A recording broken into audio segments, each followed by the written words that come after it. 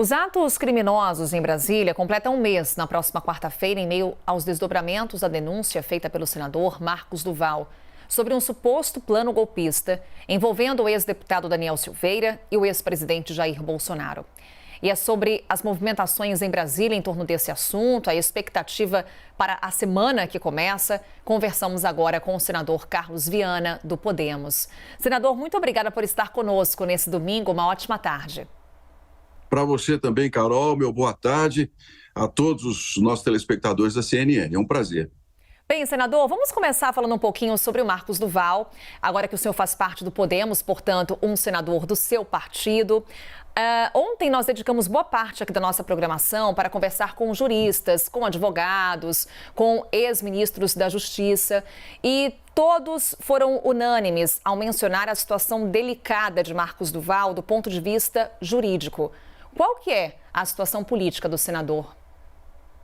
Bem, dentro do Podemos, Marcos Duval continua tendo o nosso respeito e, naturalmente, até que o caso seja totalmente esclarecido, ele não terá qualquer tipo de crítica ou condenação, assim como eu espero que o processo seja levado.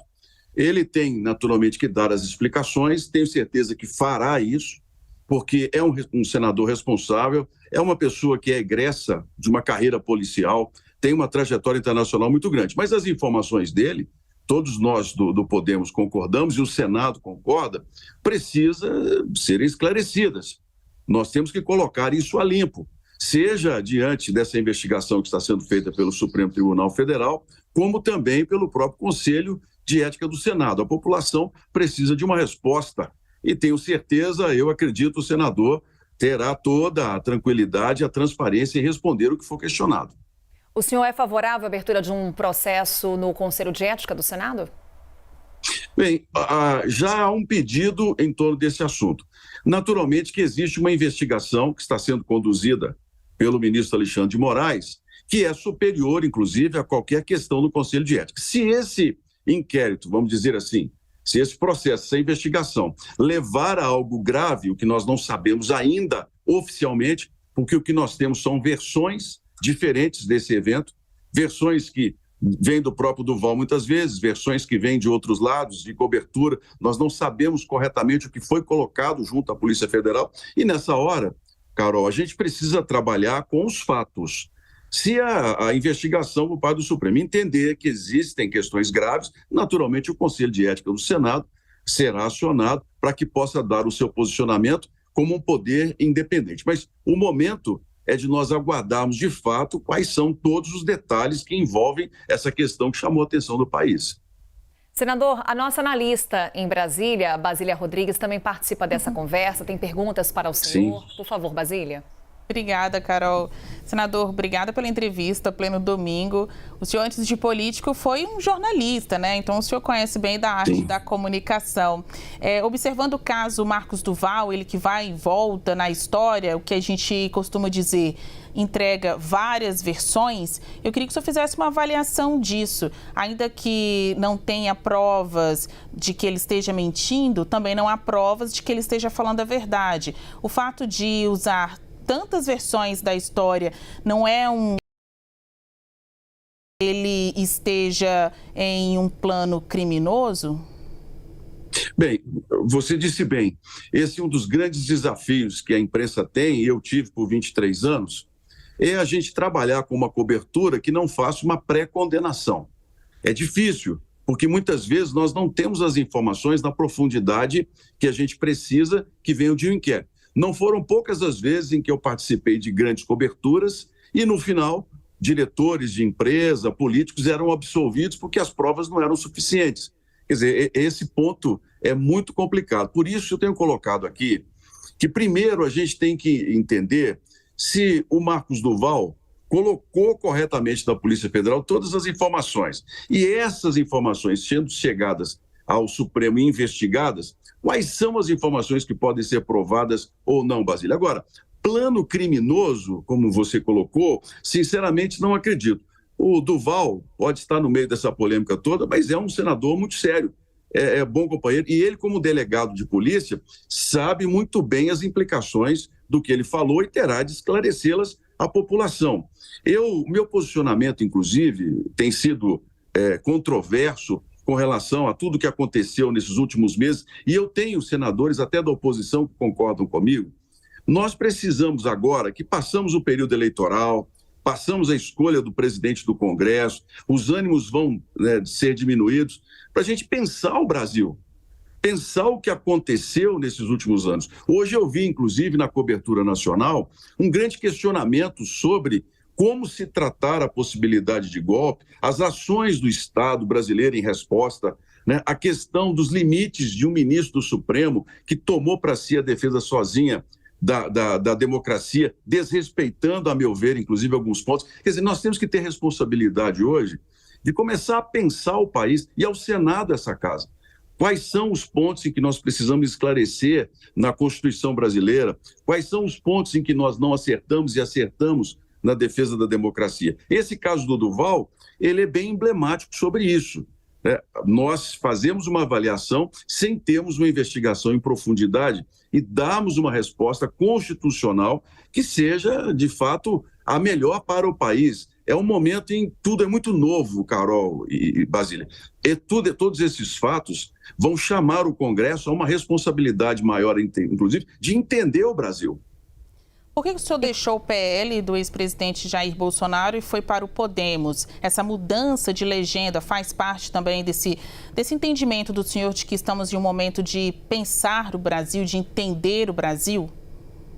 Bem, eu fui convidado ao PL no dia 2 de abril pelo próprio presidente Jair Bolsonaro, o Valdemar Costa Neto e Flávio Bolsonaro. A proposta era, eu seria candidato a governador de Minas Gerais, que era o meu desejo, fazendo um palanque para o presidente Bolsonaro lá no estado. Eu me comprometi a ser candidato e cumpri com a minha palavra até o último minuto. Pois bem, na primeira aparição pública que tivemos, é notório, vocês divulgaram, Bolsonaro levantou o braço do ex-governador de Minas Gerais, Romeu Zema, e daí para frente começou a dizer que time que está ganhando não se muda. Em várias lives ele disse, inclusive, que era importante eleger um senador, deixando de lado o meu cargo. Eu me senti abandonado e traído naquilo que eu havia me comprometido, mas se há algo na minha vida que eu possa até mudar de partido, porque partido é uma exigência. O ideal seria que a gente não tivesse partido nenhum, eu pudesse ser um candidato fora do partido, mas a lei não permite. Mas desistir da candidatura, eu não iria desistir. Isso não passa pela minha vida, uma vez que eu aceitei. Cumpri até o último minuto, fui fiel em todos os momentos, defendi o governo como vice-líder.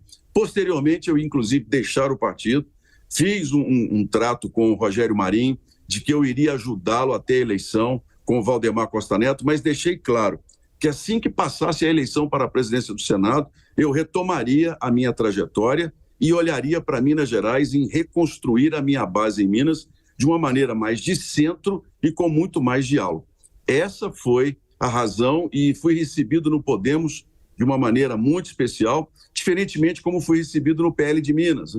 Vários deputados fazendo críticas, que o projeto era uma imposição. Então fica difícil você se acertar numa legenda. Eu sei que é desgastante, mas eu confesso que estou me sentindo muito mais tranquilo hoje em voltar ao Podemos, que é o partido onde eu fui eleito, inclusive, que eu fui eleito pelo PHS, que se juntou ao Podemos, portanto, estou iniciando aí uma nova trajetória nesses 4 anos, Basília. Você se sente livre, então, senador? Né, Carol? Até eu vou passar logo a palavra para você, desculpa, mas imagina. O senhor usa um tom até de alívio. O senhor está livre, então, de políticos que antes estavam no seu pé ou de projetos com os quais o senhor já não se associava? Bem, eu sempre fui um homem de diálogo. Eu sempre consegui conversar com todos, inclusive com as diferenças. Eu nunca gostei de nenhum tipo de radicalismo em que a gente não possa discutir ideias e propostas independentemente da questão ideológica. Eu acho que todos têm a contribuir. E esse meu posicionamento, inclusive, incomodou em várias vezes. Eu dei uma entrevista pouco antes dos eventos de 8 de janeiro, dizendo às pessoas, olha, vão para casa. Nós temos que começar a pensar agora 2026. A direita não pode se resumir somente a um partido. A direita ela tem vários pensamentos e várias correntes. É hora da gente começar a pensar qual a proposta que nós vamos oferecer ao Brasil para atrair o lado que não votou conosco, com o candidato. Isso gerou um incômodo muito grande, porque naquele momento havia um acirramento que acabou terminando com o que aconteceu, com aquelas cenas, né, deprimentes e ruins de quebradeira dos poderes, que não é somente um fato isolado. Eu entendo, Basília, que nós temos aí um Brasil profundo que não se sente representado politicamente. Desde 2013 isso tem acontecido. O parlamento brasileiro precisa passar por uma mudança, uma reforma política que torne a participação popular mais efetiva. O que a gente faz muito hoje no parlamento é votar leis para manter os que estão lá, garantir a reeleição, mais dinheiro para os partidos, um comando mais centralizado, e a população fica de lado. Então, tudo isso leva a uma insatisfação muito grande. Eu, como político que sou pela primeira vez que estou, eu quero agora a possibilidade de conversar com todos os lados, primeiro por Minas Gerais, segundo pelos projetos que interessam ao Brasil. Bem, senador, voltando para um ponto que o senhor trouxe há pouco, quando questionávamos o senhor com relação a Marcos do Val, o senhor dizia o Congresso, o Senado, precisa dar uma resposta para os debates que estamos acompanhando. O Brasil, nesse momento, envolto em discussões a respeito de crimes que envolvem tentativas de golpe de Estado. Por onde viria essa resposta? Via CPI? Bem, isso poderá vir, Carol, por uma discussão do próprio Senado em comissões.